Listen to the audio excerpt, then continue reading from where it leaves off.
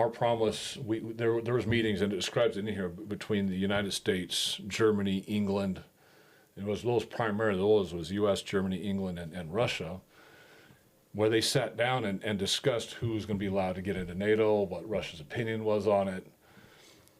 Russia would go back to the same quotes, and it's really interesting how Russia didn't really put up a massive stake. They were uncomfortable with it, but they kind of understood their place in the world. They were quite poor at the time because of the dissolving of the Soviet Union. They were experiencing sanctions, and they just wanted to exist because they just did not have the economy to put up any type of a fight at the time.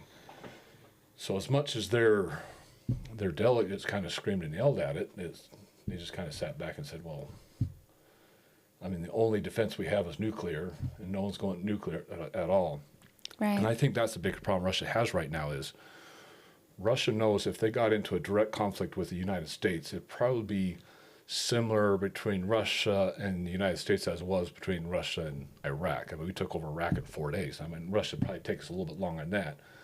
But if you look at Russia's military complex, it's not as big as you would think. It's actually pretty small because they just don't have the budget.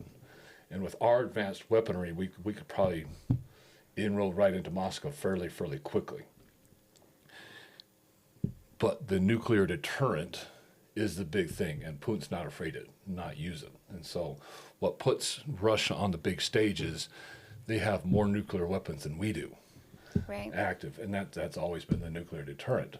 And so the farther east we move, it scares Russia's military because they know how small they are, and the only deterrent they have is nukes. And once everybody goes nukes, then there's no going back. There's no going back. The world ceases to exist. Yeah.